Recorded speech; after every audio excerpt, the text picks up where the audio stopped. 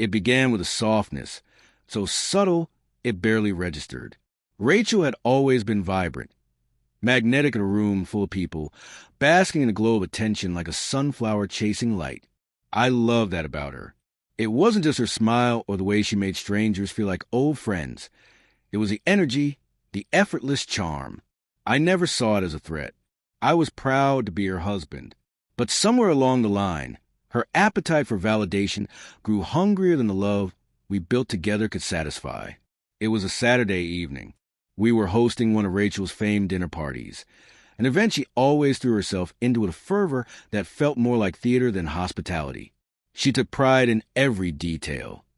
The floral arrangements, the curated playlist, the way the table was set with layered linens and delicate crystal. This was her world, and I never tried to dim her shine. I let her take the reins while I played the supportive husband, doting quietly in the background. Our guest list was familiar. Close friends and a few of her co-workers. Among them was Derek, a man I had instantly disliked. He was the kind of guy who walked into a room like he owned it, lips curled into a permanent smirk, arrogance woven into every gesture. When I had voiced my discomfort, Rachel brushed it off with a dismissive laugh and a shrug. "He's harmless," she'd said, and I wanted to believe her. The evening unfolded like any other. Laughter rose like bubbles from fine champagne, the air thick with warmth and wine. I was in the kitchen refilling glasses when I overheard her voice, Rachel's, low and conspiratorial. She was tucked into a corner with her best friend, Emily, the two of them half hidden from view. I hadn't intended to eavesdrop, but her words stopped me in my tracks. "Have you seen Derek?" she said with a giggle that curled like smoke. "That man is a god. And let me tell you, Emily, he knows how to use it." I froze. My heart lurched in my hands, still holding a bottle of wine, trembled. The room suddenly felt too bright, too loud, like everything around me was warped by heat. I told myself I must have misheard. It had to be a joke, some kind of ridiculous exaggeration. But then Emily's shocked response followed like a gunshot in a church. "Rachel, are you serious? What about James?" "Oh, please," Rachel replied, a wicked smile behind her voice. "James is great, but he's boring, predictable. Derek is something else. And he's huge. James could never." Her voice trailed off, the implication hitting me like a blade between the ribs. I couldn't move, couldn't speak. My world tilted, quiet and slow. My wife, the woman I had loved for over a decade, was standing in our home, giddily boasting about her affair during a party I had helped her prepare. It was a betrayal so casual, so cruel, I didn't even know how to react. But I didn't confront her. Not that night. Instead, I composed myself. I walked calmly back into the party, set the wine bottle on the counter, and resumed the charade. I smiled. I laughed. I even joked with Derek, as though my chest wasn't splitting open. But in my mind, something shifted. A quiet resolve took root. I wasn't going to scream. I wasn't going to beg. I was going to learn the full extent of her betrayal, and make sure she felt it publicly, as deeply as I had in private. Over the next week, I turned into someone I barely recognized. Every spare moment was spent digging. Phone logs, emails, cloud backups. And what I found confirmed what I feared.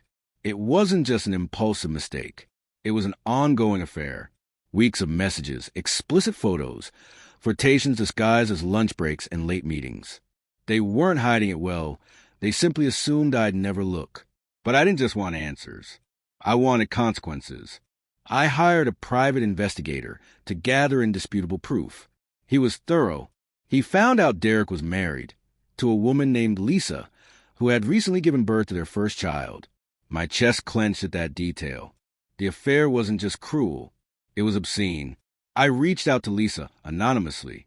I didn't need revenge. I needed truth. She deserved that much. When she saw the evidence, she was devastated. But she wasn't weak. And together, we agreed. The lie had to end where it began, in full view of everyone they had deceived. 2 weeks later, Rachel, ever oblivious, decided to host another dinner party. She floated through the house, humming as she arranged candles and wine glasses, her mood light and careless. She had no idea I had invited Lisa. No idea the walls of her perfect little illusion were about to collapse around her. Derek showed up right on time, dressed sharply and smug as ever, nodding at me like we were old friends.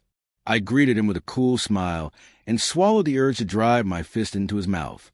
Halfway through the evening, I stood and tapped my glass, the sound slicing cleanly through the noise. "Everyone," I said, my voice calm, collected, "can I have your attention? I want to share something special tonight." Rachel beamed, eyes sparkling. She must have thought I was about to make a grand romantic gesture. The room fell into an expectant hush as I picked up my laptop and connected it to the TV. Rachel has always been the light of my life. I began, my voice steady. But recently, I learned that she's been sharing that light with someone else. The room shifted. Eyes flicked between us. Rachel's smile wavered. "James," she asked, trying to laugh, "what are you talking about?" I didn't answer. I hit play. The television screen lit up with screenshots. Text messages unmistakably hers, laced with innuendo and desire, messages that left no room for doubt. The room gasped. Rachel shot to her feet, face white. "James, stop this right now." But I wasn't done. The final slide was a photo. Rachel and Derek, standing outside a hotel, locked in a long, intimate kiss. Time-stamped. Undeniable. Chaos erupted. Gasps, whispers. Someone dropped a glass. Emily looked horrified. Derek paled as if his soul had fled his body. But the quietest voice was the sharpest. "You disgust me." Lisa stood. She turned to Derek, trembling but resolute. "You lied to me, to our child, and this is who you do it with." She pointed at Rachel, who was now crumpling inward. "Lisa, please," Derek stammered. "Let me explain." "Explain," she snapped. "There is no explanation." Then she turned to me. "Thank you for showing me. You did what he never had the guts to do." And just like that, she walked out the door, leaving Derek scrambling in her wake. Silence swallowed the room.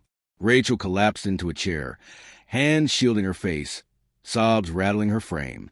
"James," she whispered, pleading now, "can we please talk privately?" I stared at her, the woman I once loved, now a stranger. "Privately?" I repeated. "You laughed about him in our home, during a party I helped you host. You humiliated me in front of friends. Now you get to sit in the silence you created." No one came to her defense. Not a single person in that room offered comfort.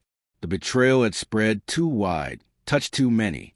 The people we call friends were still reeling, guilty for unknowingly enabling the lie.